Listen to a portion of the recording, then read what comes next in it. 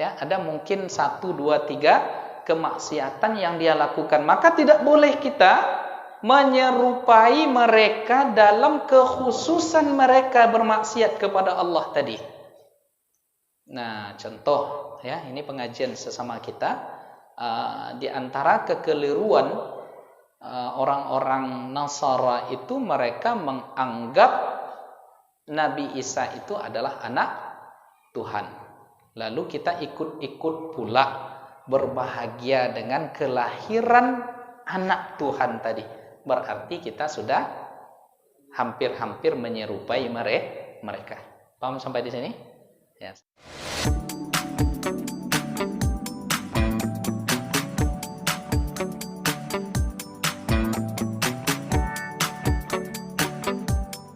Assalamualaikum warahmatullahi wabarakatuh. Bismillahirrahmanirrahim. Alhamdulillahi rabbil alamin, hamdal hamidin, hamdan syakirin, hamdal mustaghfirin, hamdan yuwafi ni'amahu wa yukafi'u mazidah. Ya Rabbana lakal hamdu kama yanbaghi li jalali wajhikal karimi wa 'azimi sultanik. Ashhadu an la ilaha illallah wa ashhadu anna Muhammadar Rasulullah. Fallahumma salli wa sallim wa barik wa an'im ala sayyidina Muhammadin wa ala alihi wa sahbihi wa man tabi'ahum bi ihsanin ila yaumiddin. Alim ulama, cerdik pandai, tokoh masyarakat, besar tak disebut gelar, kecil tak dihimbau nama, umumnya hadirin hadirat, tamu-tamu Allah, sidang jamaah maghrib yang dimuliakan oleh Allah Subhanahu wa ta'ala. Alhamdulillahi rabbil alamin. Kita kembali bersyukur kepada Allah di awal mula malam ini. Allah kumpulkan kita dalam keadaan terbaik, di saat terbaik, dan di tempat yang baik. Mudah-mudahan apa yang kita lakukan ini mendatangkan ridha dari Allah Subhanahu wa ta'ala, yang dengan ridhanya itu Allah tutup amal dan ajal kita dengan husnul khatimah. Amin ya rabbal alamin. Salawat dan salam tak lupa kita hadiahkan kepada Nabi kita Muhammad sallallahu alaihi wasallam.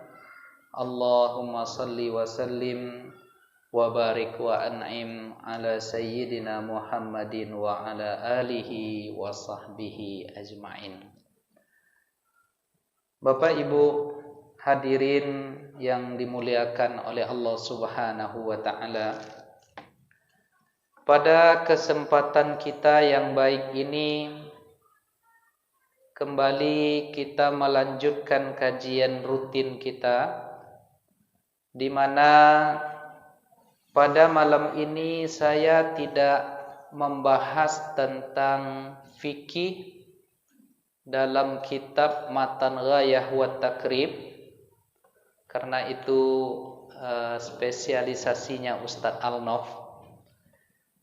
Maka pada malam ini yang kita bahas adalah salah satu dari hadis Rasulullah sallallahu alaihi wasallam, di mana hadis ini direkam atau ditulis oleh Al-Imam Ibnu Hajar Al-Asqalani di dalam kitabnya yang berjudul Bulughul Maram.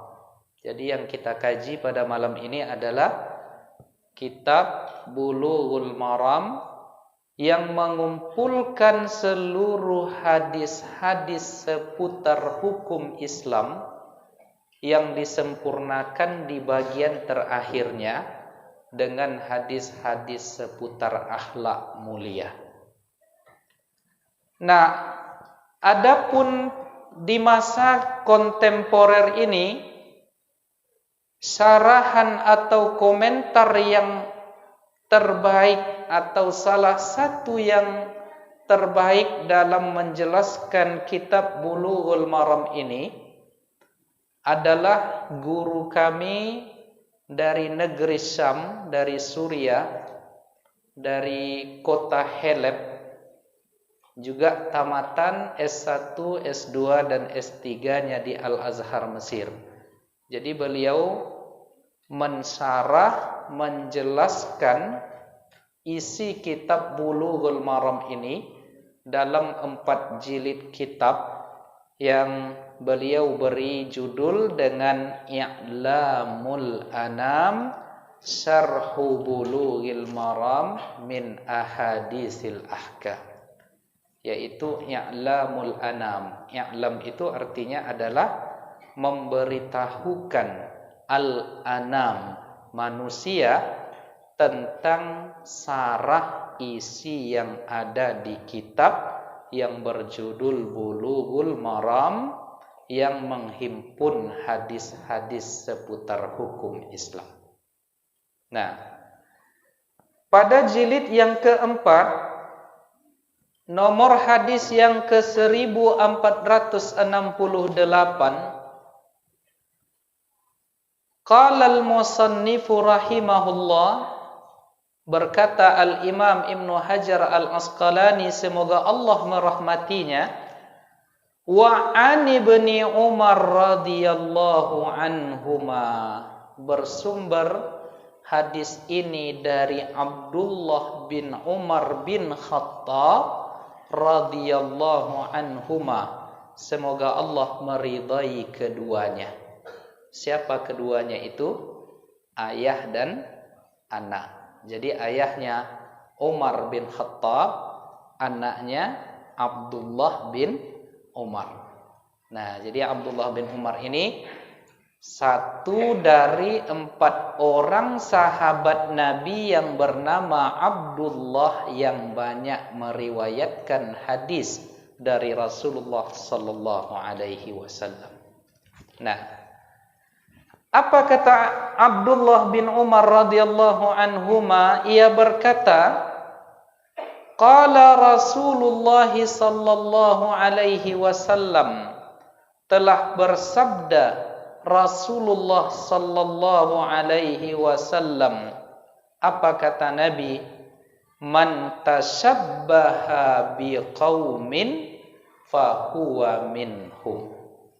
Ini hadis mungkin sudah sering kita dengar, sudah hafal mungkin sebahagian di antara kita, di mana Nabi Muhammad sallallahu alaihi wasallam mengatakan, man tashabbaha biqaumin fahuwa minhum. Siapa yang menyerupai suatu kaum, maka ia termasuk dari kaum tersebut. Nah, jadi ini hadis diriwayatkan, dikeluarkan dengan sanadnya oleh Al-Imam Abu Dawud, dan dianggap sahih hadis ini oleh Al-Imam Ibnu Hibban. Nah, Bapak Ibu yang dimuliakan oleh Allah Subhanahu wa taala, yang pertama yang akan kita bahas dari hadis ini adalah tentang jalur sanadnya, supaya kita bisa menilai kualitas hadis ini, apakah dia hadis sahih, ataukah hadis hasan, ataukah hadis dhaif. Ya. Jadi tingkatan hadis itu sederhananya Bapak Ibu sekalian, ada hadis yang disebut dengan hadis yang sahih, ada hadis yang disebut dengan hadis yang hasan, ada hadis yang disebut, diistilahkan dengan hadis yang dhaif. Nah, maka kajian tentang mengetahui derajat atau kualitas hadis ini dinamakan dengan ilmu kritik sanad. Ilmu apa Pak Ibu? Ilmu sanad. Jadi sanad itu adalah jalan yang menghubungkan ke matan. Matan itu adalah teks hadis Nabi, sedangkan silsilah orang-orang yang meriwayatkan hadis ini dinamakan dengan sanad. Nah, seperti saya misalnya belajar kitab ini langsung kepada guru saya Syekh Nuruddin Itir. Ya, 2010 dulu di Mesir, pengarang kitab ini.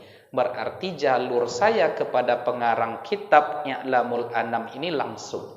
Maka sanad saya kepada Syekh Nuruddin Itir, jalurnya kepada Syekh Nuruddin Itir. Nah, dalam kajian sanadnya, ya, fi sanadil hadis, dalam sanad hadis ini ada silsilah, ya, dalam jalur silsilah sanad hadis ini ada salah seorang perawi yang bernama Abdurrahman bin Sabit. Abdurrahman bin Sabit bin Sauban. Abdurrahman bin Sabit bin Sauban, dha'afahul Munziri wa ghairuhu. Al-Imam Al-Hafidh Al-Munziri menganggap Abdurrahman bin Sabit bin Sauban tadi orangnya dhaif. Ya, tidak disebutkan di sini kenapa ia dianggap dhaif. Bisa jadi karena hafalannya lemah, bisa jadi karena sikapnya yang tidak adil, bisa jadi karena dia tertuduh melakukan sesuatu yang tidak bisa ditolerir di dalam agama kita. Maka orang yang seperti ini dikategorikan dia dhaif. Nah, kalau ada di dalam jalur hadis tadi orang yang terindikasi dia adalah dhaif, maka hadis tadi juga dikategorikan sebagai hadis yang lemah. Nah, jadi seperti itu alurnya Bapak Ibu yang dimuliakan oleh Allah. Nah, seperti misalnya nanti Ramadan kita berpuasa, lalu disunnahkan sebelum berbuka itu kita membaca doa sebelum berbuka. Di antara doanya adalah Allahumma laka sumtu wa bika amantu wa ala rizqika aftartu bi rahmatika ya arhamar rahimin. Nah, jadi itu hadis dikategorikan sebagai hadis yang dhaif, yang lemah. Nah, lalu kalau hadis itu lemah, bolehkah kita amalkan? Ini pembahasan lain. Ya, nanti akan kita uraikan pembahasan itu di kesempatan yang lain. Nah, itu baru satu penilaian. Ya, jadi Abdurrahman bin Sabit bin Sauban dikategorikan dhaif oleh Al-Imam Al-Munziri, lakin lahu tariqun akhar anil Imamil Auza'i mursalan wa muttasilan. Tetapi di dalam jalur lain, dikategorikan jalur ini mursal sampai kepada Rasulullah, hanya saja tidak dari tabi'in langsung ke Nabi, tidak menyebutkan siapa nama sahabatnya. Ya, kemudian di dalam jalur lain semuanya terhubung. Bisa dipahami ya Pak Ibu? Kok kaji baru nampaknya ya? Kaji tentang sanad kok memang agak sedikit jelimet ya, agak sedikit jelimet, tapi perlu kita pelajari, perlu diuraikan supaya nanti kita tidak mudah menganggap oh ini hadisnya dhaif, padahal dalam jalur lain ada hadis yang serupa tetapi silsilah orang yang meriwayatkannya berbeda. Sederhananya begini Bapak Ibu. Ya, saya mengatakan Masjid Nurul Fajar itu berada di jalan apa namanya? Jalan Melur. Kalam saya ini didengar oleh si fulan, anggaplah namanya Roni. Kalam saya ini pula didengar oleh si fulan, anggap namanya mungkin Budi. Nah, Roni meriwayatkan kepada si fulan. Ya. Kalam saya tadi bahwa Masjid Nurul Fajar berada di Jalan Melur. Kemudian Budi meriwayatkan pula ke muridnya. Nah, dalam jalur yang pertama tadi ada satu atau dua orang yang tertuduh berdusta. Jadi tidak kredibel. Maka jalurnya si Roni tadi dikategorikan jalur yang lemah. Tetapi jalur lain dengan teks hadis yang sama ada melalui Budi. Bisa dipahami Pak? Begitulah kira-kira hadis Nabi Muhammad SAW itu, ya, melalui jalur budi ini sampai kepada Rasulullah SAW. Inilah yang di dalam kajian-kajian hadis dinamakan dengan syawahid. Ya, hadis yang sama diriwayatkan dengan beberapa jalur. Satu jalur barangkali dhaif, tetapi di jalur yang lain terhubung atau tersambung. Nah, inilah walahu syawahidun tuqawwi. Hadis ini man tasyabbaha biqaumin fahuwa minhum. Siapa yang menyerupai sebuah kaum, maka dia termasuk dari golongan kaum itu. Dalam satu jalur ada yang bernama tadi Abdurrahman bin Sabit bin Sauban dianggap dhaif, tetapi di jalur lain ada penguatnya sehingga naiklah hadis ini yang tadinya dhaif dikategorikan dia sebagai hadis yang hasan. Sederhana, bisa dipahami, Pak? Nah, bisa dipahami. Nah, jadi ada syawahid yang meriwayatkannya, diantaranya diriwayatkan dari Ibnu Umar. Jadi hadis ini kan tadi dari Ibnu Umar. Ada hadis ini yang mendengarnya pula adalah Huzaifah. Kemudian hadis ini juga didengar oleh Abu Hurairah dan juga didengar oleh Anas bin Malik.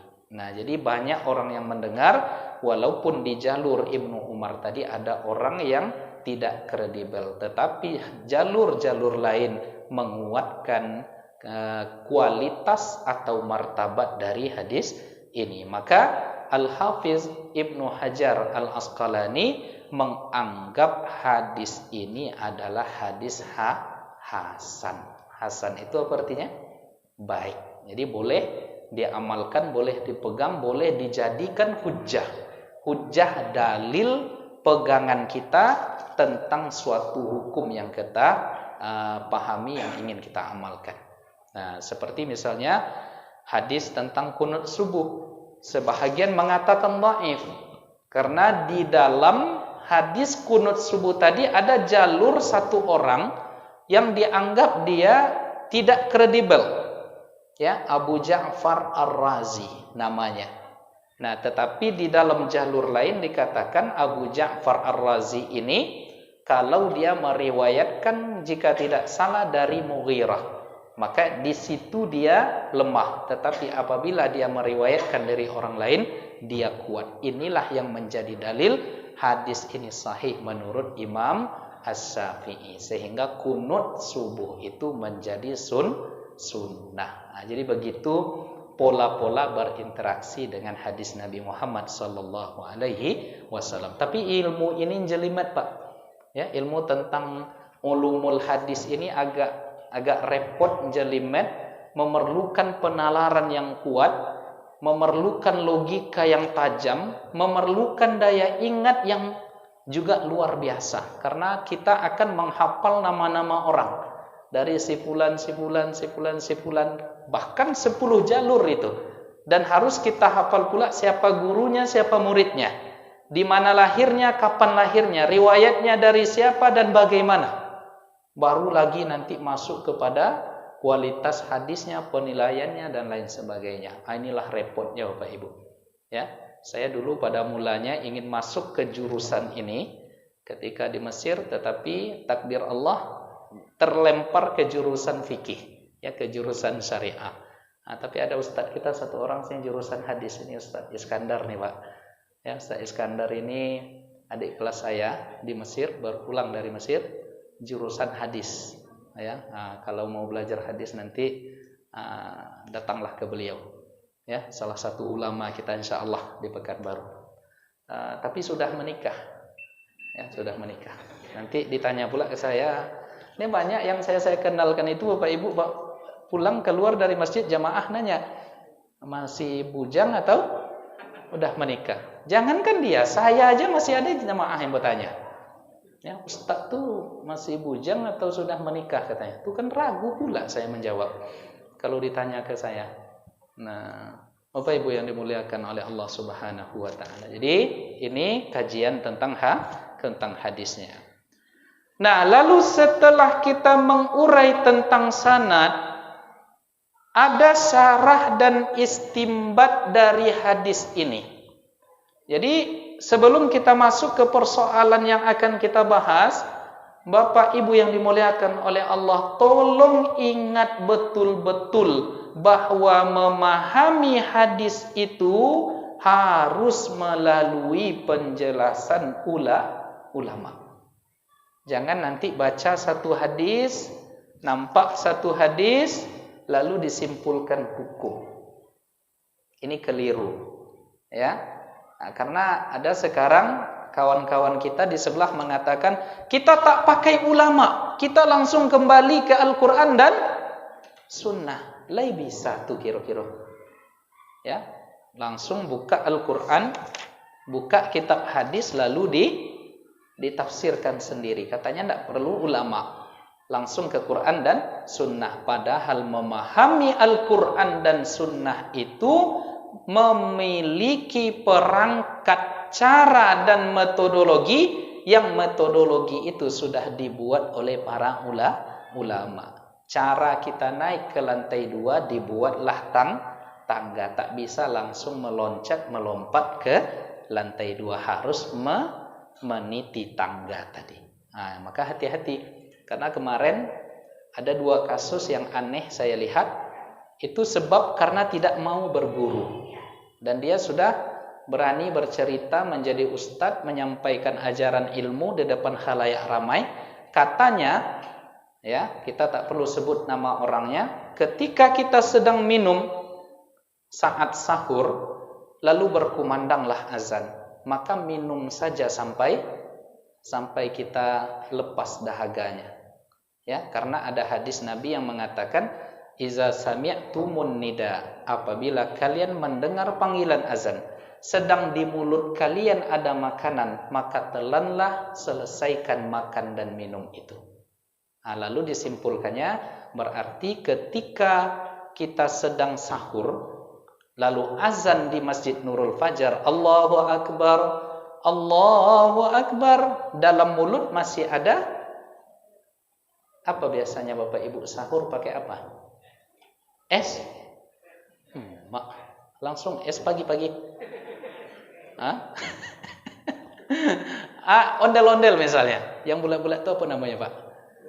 Onde-onde. Kalau di kampung kami namanya gelopung. Ya, gelopung. Nah, jadi pas azan, apa yang harus kita lakukan? Ditelankan, lalu minum, atau dimuntahkan atau dikeluarkan dari mulut kita. Versi yang satu orang tadi mengatakan selesaikan karena ada hadisnya, idza sami'tumun nida. Padahal setelah diteliti, Nabi ngomong demikian itu, berkalam dalam sabdanya yang demikian itu, hubungannya adalah kalau azannya azan yang pertama.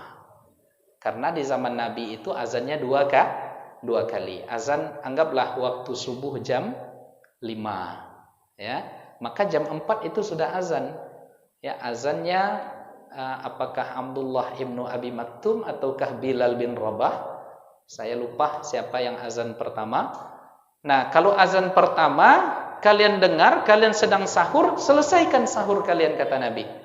Itu ceritanya tentang azan pertama. Kalau sudah azan kedua masuk waktu subuh, tak boleh lagi kita makan, tak boleh lagi kita minum. Jadi keliru dia ketika membaca hadis lalu disimpulkan sendiri tanpa merujuk pemahaman ulama. Nah, satu lagi kasusnya kemarin katanya. Jadi Rasulullah itu selesai berwudu, lalu maaf cakap, diciumnya Aisyah, lalu tidak mengulang wudunya. Disimpulkannya bahwa bersentuhan kulit antara suami dan istri setelah berwudu itu tidak membatalkan. Karena dapat hadis yang mengatakan Nabi seusai berwudu, ya, maaf cakap, mencium Aisyah, lalu tidak mengulang wudunya. Nah, dia lupa, ternyata diuraikan oleh Imam Nawawi, maksud Nabi mencium di sana dibalik, tidak langsung, ya, tetapi dibalik anggaplah jilbab. Jadi dikecupnya kening Aisyah, kan yang dikecup adalah tidak langsung kepala, tidak langsung rambut karena ada jilbab, ada penghalangnya. Nah, didukung oleh riwayat-riwayat lain. Oleh karena itu Bapak Ibu yang dimuliakan oleh Allah, perlu kita memahami hadis, membaca hadis itu merujuk ke pemahaman ulama yang ahli fikih. Ya, kenapa demikian? Karena ahli fikih itu ibarat dokter, sedangkan ahli hadis itu ibarat apoteker. Ya, kalau apoteker kan yang ngerti tentang obat, sedangkan dokter tahu tentang dosisnya. Ini dipakai di mana, berapa kali sehari, seperti apa aturannya, bagaimana. Ini ahli fikih. Jadi hadis ini begini, hadis ini tempatkan di sini, hadis ini di sini pemakaiannya, kesimpulannya begini. Ini ahli fikih. Sedangkan ahli hadis mereka produsen hadis. Apa obat ini dia tahu nih obatnya. Apa obat ini dia tahu obatnya. Tapi untuk meletakkan obat itu berapa kali sehari itu kerjanya dokter. Maka Bapak Ibu perlu kita memahami persoalan itu rujuk ke ulama fikih. Karena ini banyak masalah pada hari ini. Jamaah yang tidak mau merujuk kepada ulama gara-gara ada hasutan yang sangat indah bahasanya yang mengatakan kembali ke Al-Quran dan Sunnah. Padahal awaklah dalam Al-Quran dan Sunnah itu disuruh pula kembali. Kita sudah berada di Masjid Nurul Fajar, lalu disuruh masuk. Padahal kita sudah di dalam. Menyuruh orang di dalam untuk masuk itu apa namanya? Nyolah di dalam tetapi disuruh masuk, apa namanya itu Pak? Halo? Bingung? Jadi orang sudah di dalam disuruh masuk berarti itu tidak tahsilul hasil namanya. Sesuatu sudah sampai tetapi dipaksa untuk sampai kembali. Nah, itu tidak sangat keliru. Nah, Bapak Ibu hadirin hadirat yang dimuliakan oleh Allah. Nah, lalu seperti apa pemahaman ulama tentang hadis ini? Yu'alijul hadis. Hadis ini memberikan solusi tentang masalah tasayyu'a fil mujtama'at. Bercampur aduknya kehidupan sosial, di mana lahir dari kehidupan sosial tadi lintas agama, lintas suku, lintas bahasa, lintas daerah bercampur aduk di dalam sebuah komunitas, maka lahirlah nanti yang dinamakan dengan taklid. Apa itu taklid? Mengikuti tradisi pendapat tertentu, tetapi di dalam hadis ini disuruh oleh Nabi Muhammad sallallahu alaihi wasallam kalaupun harus menyerupai, kalaupun harus meniru, kita harus meniru jalannya orang-orang soleh. Jadi misalnya kita ketemu ahli ibadah, seperti apa dia menutup matanya, seperti itu kita jalankan hidup kita ketika dia mampu husnul khatimah. Maka muncullah selalu di dalam kalbu kita ini rasa berprasangka baik sesama umat Nabi Muhammad. Karena di zaman sekarang Bapak Ibu, ya, orang yang sudah sujud kepada Allah masih dituduh syirik, bid'ah, fasik, kafir dan lain sebagainya. Na'udzubillah. Padahal mereka adalah, dalam hadis dikatakan kalau mereka berdoa langsung dikabulkan oleh Allah. Walaupun mungkin mereka terlihat sederhana, tidak terkenal, atau mungkin tidak diperhitungkan, tetapi bagi Allah mereka adalah orang-orang istimewa. Nah, jadi ya, dalam komunitas yang banyak ragam macam tadi, mestilah kalau kita harus meniru orang-orang saleh. Nah, jadi dari hadis ini, wa yuhadziru min taqlidi ghairihim, ada larangan jangan sampai kita ini meniru menyerupai selain dari orang-orang muslim, orang-orang saleh. Kenapa demikian? Karena Allah Subhanahu wa ta'ala sudah menurunkan, mengutus kepada kita Nabi Muhammad, dan dilengkapi Nabi Muhammad itu dengan panduan Al-Quran dan Sunnah. Yang keduanya menjadi panduan hidup kita selama kita hidup di dunia ini. Selagi ada hayat di kandung badan, yang menjadi pedoman kita adalah Al-Quran dan Sunnah. Maka di antara yang disyariatkan oleh Allah atau oleh Nabi di dalam Al-Quran dan Sunnah itu al-aqwal wal af'al ma yubayyinu manhajal muhtadin. Allah memberikan contoh yang terbaik kepada Nabi kita Muhammad sallallahu alaihi wasallam, baik dari arahan perkataannya ataupun dari perbuatan yang ia lakukan, itu menjadi panduan hidup orang-orang yang akan mendapat hidayah. Supaya apa? Supaya kita berbeda dengan jalan orang-orang yang disebutkan di dalam Al-Quran. Siapa mereka? Al-maghdubu alaihim waladhdallin. Maka itu yang kita minta selalu kepada Allah. Ihdinas siratal mustaqim, siratal ladzina an'amta alaihim ghairil maghdubi alaihim waladhdallin. Amin. Maka ada dua yang kita tidak boleh mengikut kata Allah di dalam ayat itu, bukan jalan-jalan yang al-maghdubi alaihim, orang-orang yang dimarahi oleh Allah, waladhdallin, bukan pula jalan orang-orang yang mendapatkan kesesatan, yang terhindar dari jalan petunjuk. Nah, Bapak Ibu yang dimuliakan oleh Allah, lalu dari hadis ini ada sekitar 4 poin penting yang bisa kita jelaskan dari hadis ini. Yang pertama, al-haddu 'ala tashabbuhi bis-salihin. Jadi dari hadis yang kita baca tadi, yang pertama yang diminta dari hadis itu adalah bagaimana kita dimotivasi untuk menyerupai orang-orang saleh. Siapa orang-orang saleh yang dimaksud? Al-ulama al-amilin, para ulama yang banyak beramal, orang-orang takwa, orang-orang wara. Fazalika yasluku bil insani sabilahum wa yaj'aluhu minhum. Maka orang yang demikian harus kita tiru, jalan hidupnya, ibadahnya harus kita pedomani, ya, karena mereka ini adalah orang-orang, para ulama, orang-orang soleh, orang-orang bertakwa, dan orang-orang yang wara, orang-orang yang sangat berhati-hati menjaga dirinya di kehidupan dunia ini. Jadi yang pertama, hadis tadi memerintahkan kita untuk menyerupai jalan hidup orang-orang soleh. Perlu kita tulis, Pak? Perlu ya, untuk lebih memudahkan. Jadi yang pertama, kita diperintahkan dari hadis tadi, man tasabbaha biqaumin fahuwa minhum. Man tasabbaha. Ini bunyi hadisnya langsung. Ya, man tasabbaha biqaumin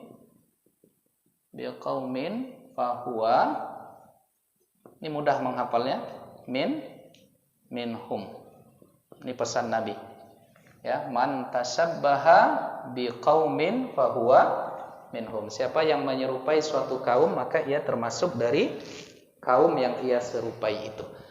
Nah, lalu ada poin pertama yang harus kita mengerti dari hadis ini. Dari hadis ini ada motivasi mencontoh orang-orang motivasi mencontoh, menyukai orang-orang orang soleh, salihin. Ya, salihin. Salihin ini turunannya nanti adalah para ulama, orang-orang yang wara, orang-orang yang berhati-hati, dan orang-orang bertakwa. Nah, jadi ini yang pertama yang harus kita contoh. Sehingga ketika kita mencontoh mereka, maka secara otomatis nanti kita akan terhubung kepada Rasulullah sallallahu alaihi wasallam.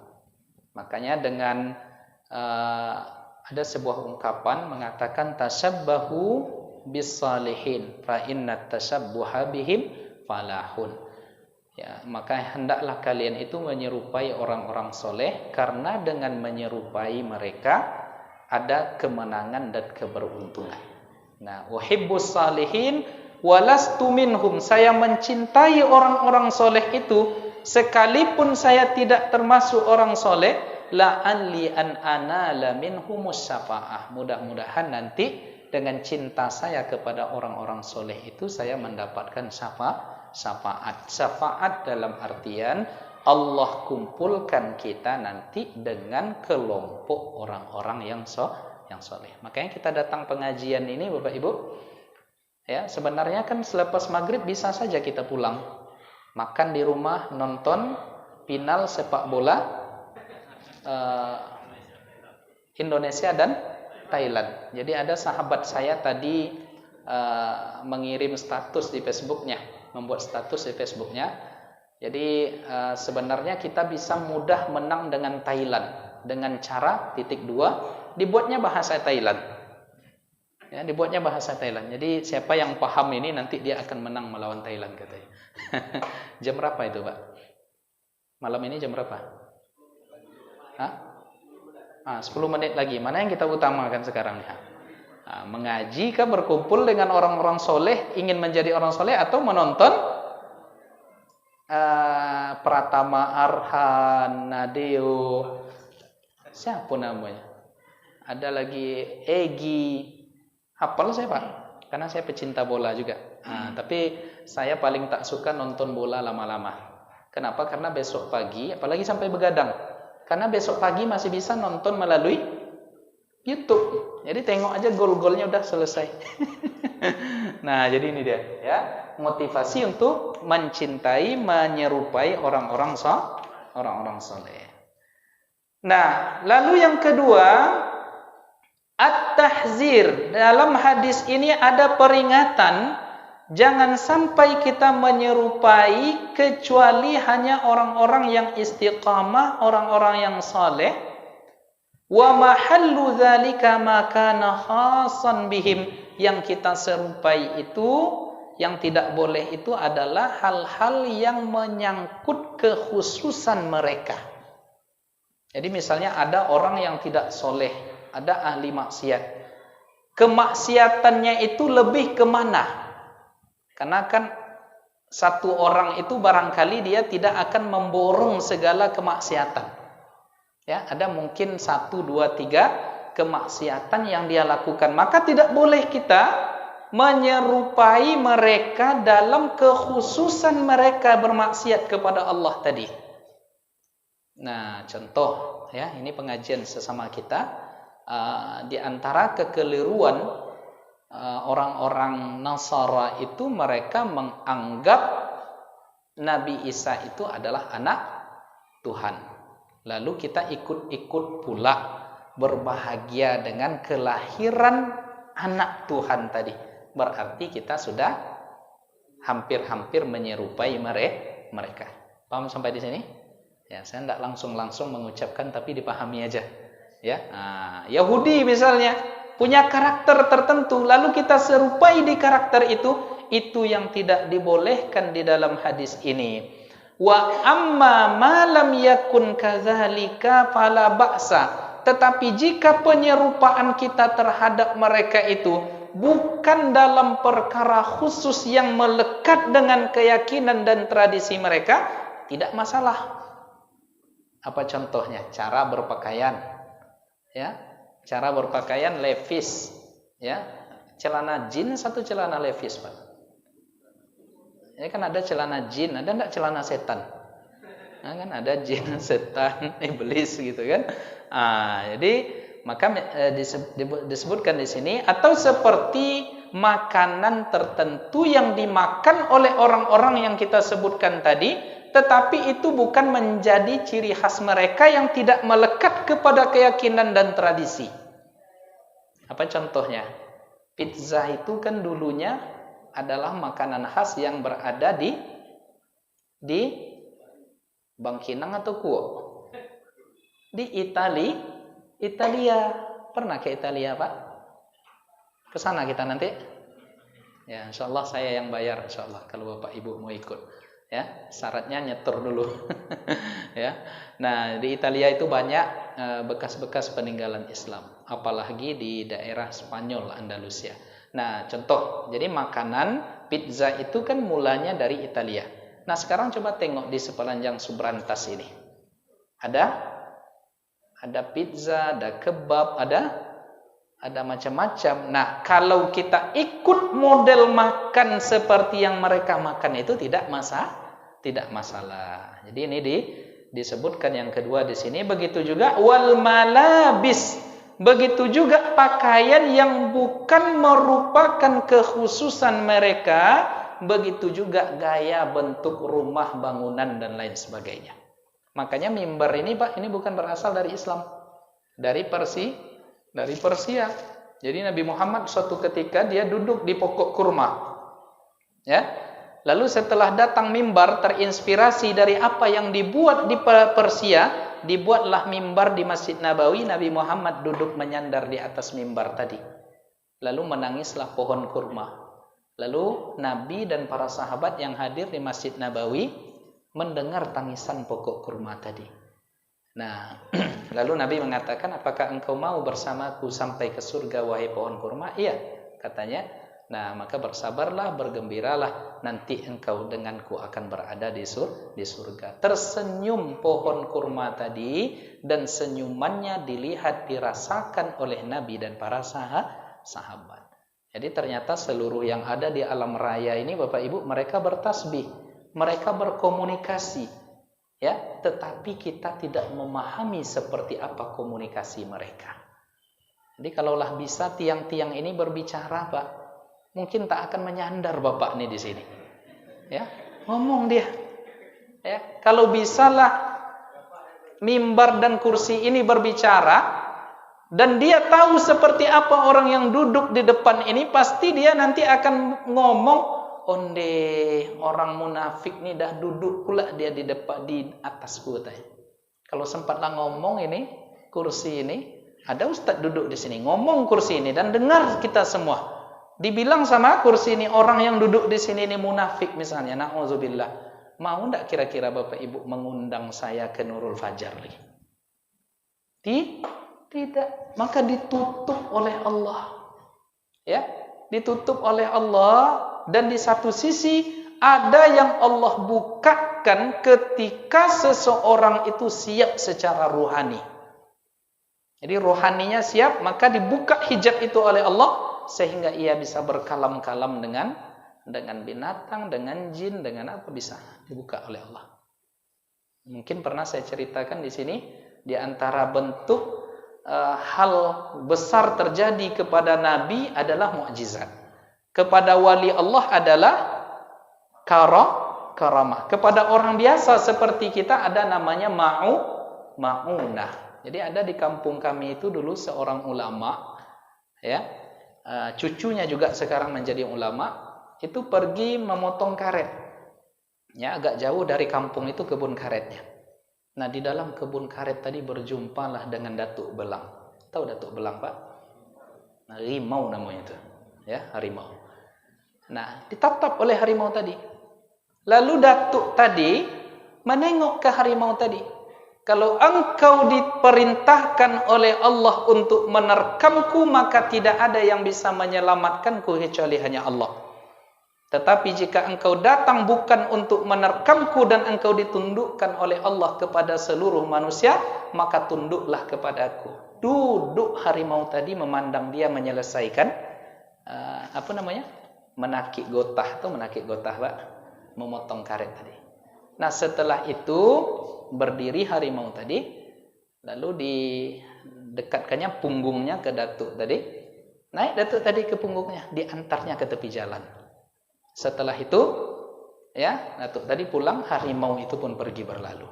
Nah, itu namanya karamah. Jadi Bapak Ibu kalau ingin menguji kita ini wali Allah, datanglah ketemu Datuk Belang. Ada di sini, Pak. Di kebun binatang Kasangkulim ada enggak? Nah, kalau ada pergi ke sana, masuk dalam tuh. Cobalah. Tapi saya tidak menyarankan, ya. Nah, jadi kok sampai ke situ pula kaji kita tadi. Apa pembahasan kita? Ya. Seperti mimbar, ya. Mimbar, kubah itu bukan dari Islam. tetapi itu tradisi yang diambil dari luar Islam dan tidak bertentangan dengan prinsip Islam. Jadi yang kedua itu poinnya ya. Jadi yang kedua, pemahaman hadis ini ya ada larangan ya, ada larangan untuk jangan sampai mengikuti selain orang-orang soleh, solihin. Jadi larangan jangan mengikuti orang-orang selain orang-orang soleh. Nah, itu yang kedua. Nah, lalu yang ketiga dari hadis ini, yukrahu tashabbuhu bi ahlil bidah. Ya, makruh hukumnya menyerupai orang-orang ahli bid'ah. Makruh menyerupai ahli bid'ah. Nah, cuma yang perlu dipahami Bapak Ibu sekalian, ahli bid'ah di sini bukan orang yang berbeda pendapat dengan kita secara fikih. Jadi perbedaan fikih itu tidak disebut sebagai bid'ah. Contoh, ada yang satu berkunut, satu tak berkunut. Jangan dikatakan orang yang berkunut ini ahli bid'ah. Paham sampai di sini? Nah, kemudian misalnya ada di sebuah daerah, di sebuah masjid, komunitas, seusai salat berjamaah menjaharkan zikir. Astaghfirullah, astaghfirullah, astaghfirullah. Lalu berdoa berjamaah. Jangan dikatakan ahli bid'ah kepada orang yang berzikir dan berzikir jahar tadi dan berdoa berjamaah tadi. Jadi maksud ahli bid'ah di sini adalah bid'ah secara akidah, seperti pemahaman Khawarij, seperti pemahaman Qadariyah, seperti pemahaman Jabriyah, seperti pemahaman ahlul bid'ah yang lainnya. Jadi bid'ah itu dilekatkan ke pemahaman yang tidak sejalan dengan ahlus sunnah wal jamaah. Contoh, pemahaman ahli bid'ah adalah orang yang mengatakan Tuhan punya fisik, Tuhan punya tangan, Tuhan punya mata. Dan anehnya lagi mereka berani mengatakan tangan Tuhan itu semuanya kanan. Itu kan aneh-aneh, itu tuh bid'ah itu. Ya, tangan Tuhan itu semuanya kanan. Bahkan ada lagi yang berani mengatakan Allah itu turun di sepertiga malam dengan zatnya. Itu pemahaman bid'ah. Ya tuh masuk itu ke kaji akidah. Ya, kaji akidah kita kan setiap ahad ini ya, ahad pertama. Nah, jadi pemahaman-pemahaman keliru seperti itu itulah yang dilekatkan dengan pemahaman bid'ah. Pelakunya disebut dengan pelaku bid'ah. Ya, jadi turun di sepertiga malam dengan zatnya. Ya, padahal ulama mengatakan yang turun itu bukan zatnya, tetapi kasih sayangnya, rahmatnya dan malaikatnya. Jadi gabung-gabung hadis-hadis itu semuanya, jangan hanya satu hadis lalu disimpulkan hukum, karena teorinya adalah menjamak seluruh hadis. Nah, Bapak Ibu yang dimuliakan oleh Allah, maka kita tidak boleh mencontoh, menyerupai ahli bid'ah yang huwa mazmum, yang perkara yang ahli bid'ah itu tercela, wa huwa ma yakunu mumayyazan lahum, di mana ahli bid'ah ini punya tradisi tertentu di kalangan mereka yang tak boleh kita ikuti. Ya, seperti Rafidhah misalnya, Syiah itu setiap hari raya tertentu mereka hari raya Al-Ghadir atau itu mereka merusak-rusak tubuhnya, mengingat di mana dulu menderitanya Husain ketika dibantai di padang Karbala. Lalu mereka pada 10 Muharram itu yang mencambuk-cambuk badannya. Maka meniru yang seperti itu tidak dibenarkan di dalam Islam. Nah, baru 3 loncenglah berbunyi. Ya, kita percepat saja Bapak Ibu yang dimuliakan oleh Allah. Nah, kemudian yang keempat, zahir dari hadis yang kita bahas tadi menunjukkan menyerupai orang kafir bisa berujung kepada kekafiran. Jadi menyerupai orang kafir bisa membuat kita menjadi kufur pula, ini mazhab mayoritas ulama, dan menurut kalangan Hambali ini hukumnya haram. Tetapi kekafiran itu bisa jatuh dengan setidaknya enam model, ya. Secara cepat kita sampaikan. Yang pertama, apabila penyerupaan itu kita lakukan di negara Islam. Jadi mayoritas Islam, tiba-tiba kita meniru penampilan khusus orang lain. Itu bisa jadi jatuh hukumnya haram nanti. Contohnya apa? Negara kita mayoritas Muslim. Lalu pada hari tertentu kita pakai pula pakaian yang menunjukkan identitas mereka. Gambar pohon-pohon yang menunjukkan identitas mereka. Boleh ini apa tidak? Tak boleh. Nah, lalu yang kedua, jangan sampai penyerupaan kita ini karena faktor darurat. Misalnya dia ditekan di tempat kerja, ya, kalau tidak seperti itu dia berhenti dari kerjanya. Jadi dia mesti memakai pakaian tradisi orang tertentu itu untuk dia ikuti, tetapi karena faktor darurat. Ya, seperti jamaah kita kemarin ada di Australia, itu setiap hari-hari raya tertentu non-muslim itu dia harus memakai atribut orang itu. Nah, ini bagaimana kalau tidak ikut nanti dipecat? Yaudah, kita fatwakan boleh berdasarkan pendapat Al-Imam Nuruddin Itir ini. Nah, kemudian penyerupaan itu berlaku pada sesuatu yang menjadi atribut khusus mereka. Ya, seperti topi, pakaian khusus mereka. Ya, di sini dikatakan wasaubul ruhban, seperti pakaian para rahib. Ya, rahib-rahib pendeta Yahudi misalnya ada pakaiannya, lalu kita pakai ya, ke masjid itu misalnya, itu yang diharamkan. Nah, jadi yang keempat, penyerupaan kita di dalam penampilan dan atribut tadi selama atribut itu menjadi syiar mereka. Nah, itu yang diharamkan. Ya, contoh topi apa itu? Topi, ya itulah. Kemudian ada apanya itu kan, warna-warna tertentu, dan itu atribut khusus mereka, menjadi syiar mereka. Adapun pakaian pada hari ini yang sudah tidak menjadi syiar mereka, tidak masalah kita memakainya. Seperti celana jeans, itu tidak masalah lagi. Bahkan guru-guru kami di Mesir hafal Quran, hafal ribuan hadis, mereka pakai jeans. Ya, pakai jas, pakai dasi, ya, itu tidak lagi menjadi pakaian khusus yang menjadi ciri khas mereka. Nah, kemudian Bapak Ibu yang dimuliakan oleh Allah, kemudian yang kelima, penyerupaan kita terhadap kehidupan bersama yang artinya itu tidak ada unsur ibadah di dalamnya, itu diperbolehkan. Lalu yang keenam, luzumu istiqlali syakhsiyatil muslim. Kita mesti menjaga kemerdekaan sahsiah kita sebagai seorang muslim. Jadi kita harus bangga dengan tradisi Islam yang selalu kita pegang. Nah, jadi jangan sampai nanti kita mengikuti cara-cara atribut-atribut mereka yang menghilangkan, yang mementahkan garis, ya, yang menghapus karakteristik kita sebagai seorang muslim. Jadi tidak ada bedanya kita dengan mereka lagi. Nah, kemudian yang terakhir Bapak Ibu yang dimuliakan oleh Allah, Imam Al-Baihaqi di dalam kitab Syu'abul Iman menyebutkan sebuah riwayat dari kalangan salaf di mana Zubaid Al-Yami dan beberapa sahabatnya ketika malam terjadinya hari raya Zainur, ya, Nairus, dan hari raya Mahrajan, mereka beriktikaf di masjid.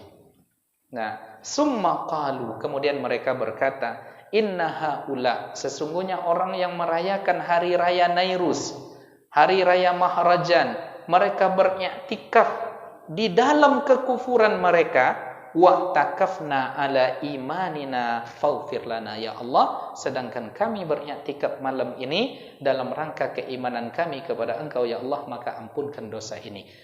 Inilah yang menjadi dalil bolehnya kita di malam tahun baru itu untuk mengelakkan pemuda-pemudi untuk ke jalan raya merayakan tahun baru, kita buat i'tikaf di masjid.